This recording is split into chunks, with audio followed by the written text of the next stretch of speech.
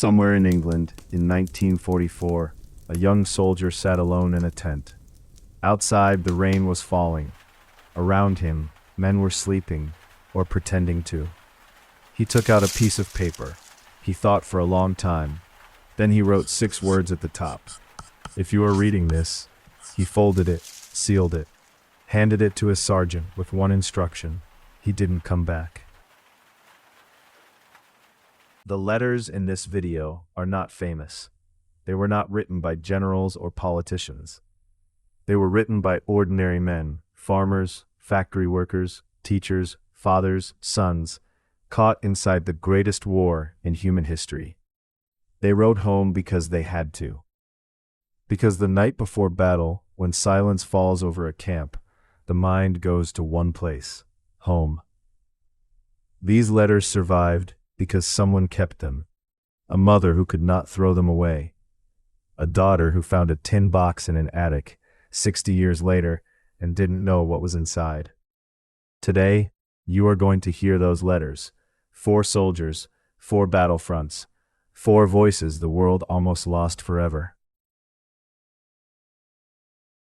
Chapter 1. Stalingrad, November 1942. By the autumn of 1942, the German 6th Army had been fighting in Stalingrad for months. The city had become a graveyard, not of houses or streets. Those had been rubble for weeks, but of men, hundreds of thousands of men fighting room to room, floor by floor, sometimes hand to hand in the ruins of a single building. In November, the Soviet forces closed the trap. 2 pincer movements, from the north and from the south. In a matter of days, 250,000 German soldiers were surrounded. There was no way out. Temperatures fell to -30 degrees. Soldiers were dying not just from enemy fire, but from hunger, from cold, from wounds that could not be treated. In the final weeks, the German High Command arranged a last airlift. Planes flew in supplies. On the return flights, they carried letters. Each soldier was permitted to write one final message home. 100,000 letters were written. Not all of them arrived. Some were lost in chaos. Some were held back. The German government feared what those letters contained. But a portion survived. And what they revealed was something no official history could capture. He did not describe the cold. He did not describe the fighting. He wrote about their kitchen, about the smell of bread, about hearing her sing in the next room. And then he wrote, I have stopped being afraid. I think it is because I have made my peace with God, and with you, and with everything I was, and everything I failed to be.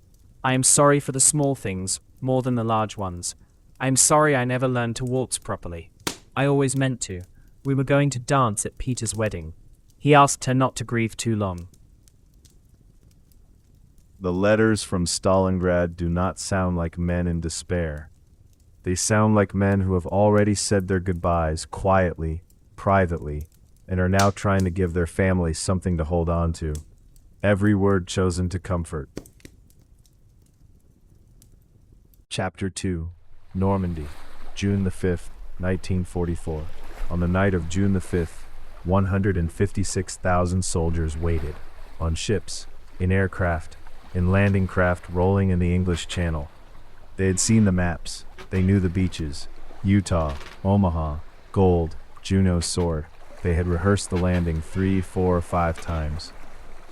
None of the rehearsals had felt like this. Many had been given paper that evening and told to write a letter home, just in case. These letters would be held by officers. If a soldier was killed, the letter would be forwarded. Thousands of men wrote that night. Most wrote quickly. There wasn't much time. And what do you write when the Channel is outside the porthole and dawn is 4 hours away? He was 23, a schoolteacher before the war, mathematics in a small town. He wrote to his mother. He told her the food on the ship had been better than expected. He told her to tell his father that the paperwork was in the top drawer.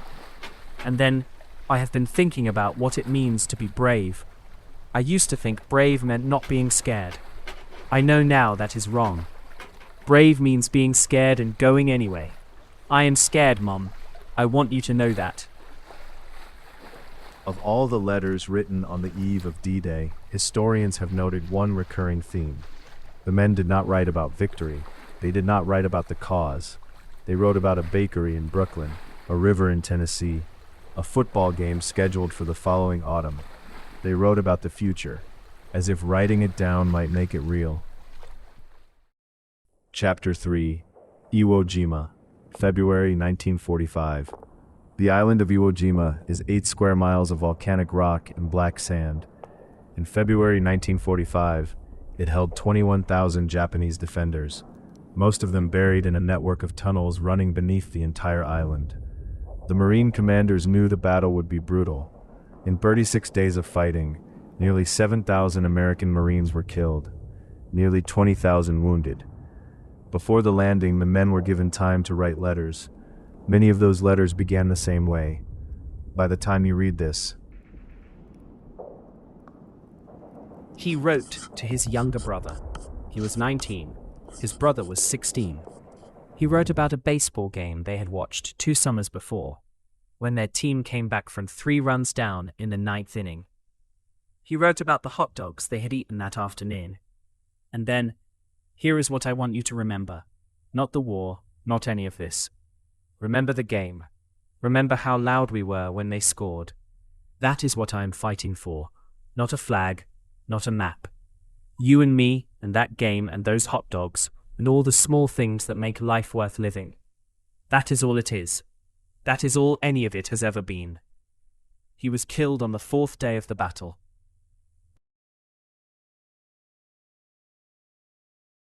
these letters have almost nothing to do with war. They are love letters, letters of instruction, letters of apology. The soldier at Stalingrad apologized for not learning to waltz. The Marine at Iwo Jima wanted his brother to remember a baseball game. They were not soldiers in those moments. They were sons, brothers, husbands. That is what these letters preserve, not the war, the people inside it. The other soldiers in this video were men, farmers, teachers, factory workers, men who had lived lives before the war came for them. The last voice in this video belonged to a boy. His name was Edek Zhmylov. He was from Rostov-on-Don, a city on the river in the south of Russia. Before the war, he went to school there. He played in the streets there. He was a child there. When the war started, Edek was 11 years old. In 1942, when he was 11, perhaps 12, he left a note on the kitchen table for his mother. 5 words. I went to the front. He asked her not to worry. He promised he would come back. Edek became what Soviet soldiers called a syn polka, a son of the regiment. Boys who followed the army, boys who were adopted by fighting units because they had nowhere else to go, or because they refused to go anywhere else. They carried messages. They patched wounds. Some of them fought. By the winter of 1945, Edek Zhmylov had been with the 88th Vitebsk Rifle Division for years. He had crossed half of Europe with them. By February 1945, the war was almost over. Everyone could feel it. The Soviet army had broken through the German lines and was pushing west, through Poland, through East Prussia, toward Berlin. The 88th Division was moving through East Prussia, a frozen land of pine forests and frozen rivers. Farmers had fled. Villages were empty. The German army was retreating, but not everywhere. Some units had been cut off behind Soviet lines. Desperate men fighting their way out. On the 6th of February 1945, a group of German soldiers broke through the rear of the Soviet position near a place called Grunwald. They were not fighting for ground. They were fighting to escape. But to reach the division's rear was to reach something the Soviets protected above almost everything else: the regimental banner. A flag is not just cloth. In the Soviet army, the regimental banner was the soul of the unit. To lose it was to lose the regiment itself. Officers had been shot for lesser failures. The Germans found the banner. Edek Zhmylov found the Germans. Before we tell you what happened on that day, you should know who Edek was. Not the soldier, the boy. He wrote home when he could. His letters survived. Hello, my dear Daddy. I am writing to inform you that I am alive and well, and I wish the same to you. Daddy, I recently received your letter, and I was very glad. I want you to know that I am getting along fine. The soldiers here are good men. They look after me. The food is regular. I eat everything. Do not worry about me. I am not a child anymore. Write back soon. I will be waiting. I am not a child anymore. He was 12 when he wrote that. Hello, my dear Daddy. I am writing to inform you that I am alive and well, and I wish the same to you. Daddy, I recently received your letter, and I was very glad. I want you to know that I am getting along fine. The soldiers here are good men. They look after me. The food is regular. I eat everything. Do not worry about me. I am not a child anymore. Write back soon. I will be waiting. He noticed gray hairs. He was 13 years old. He pulled them out so his father wouldn't worry. So you see, there is nothing to worry about. A child, trying so hard to be a man, trying so hard to protect the people he loved. Even from a letter, even from a puddle reflection on the side of a road in a country he had never heard of before the war.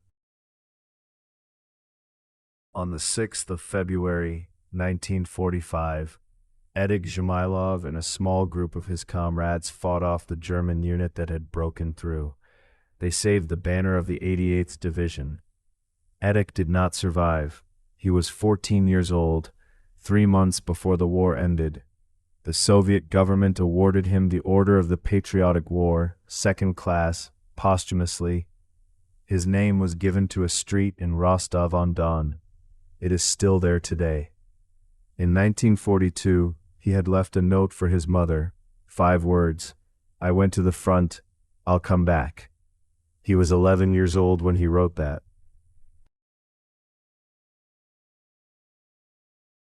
The gray hairs he pulled out, the boots that were holding up, the puddle on the side of the road. So you see, there is nothing to worry about. His father read that letter, and then 3 months later, he received another letter, this one from the army. These letters were not supposed to survive. They were written in haste, in fear, in love. They were kept by mothers who could not throw them away, by daughters who found tin boxes in attics, by archivists who understood that a handwritten letter is not just a piece of paper. It is proof that someone existed, that someone loved, that someone in the darkest hour thought not of themselves, but of the people waiting at home. These men are gone, but their voices, their real voices, are still here. If you made it to the end of this video, then you understand why this history matters. Leave a comment. Tell me which soldier stayed with you. And if you know of letters like these, from your own family, from an archive, from a story that deserves not to be forgotten, let me know. That is what this channel exists for. Subscribe, and I will bring you another voice from the past.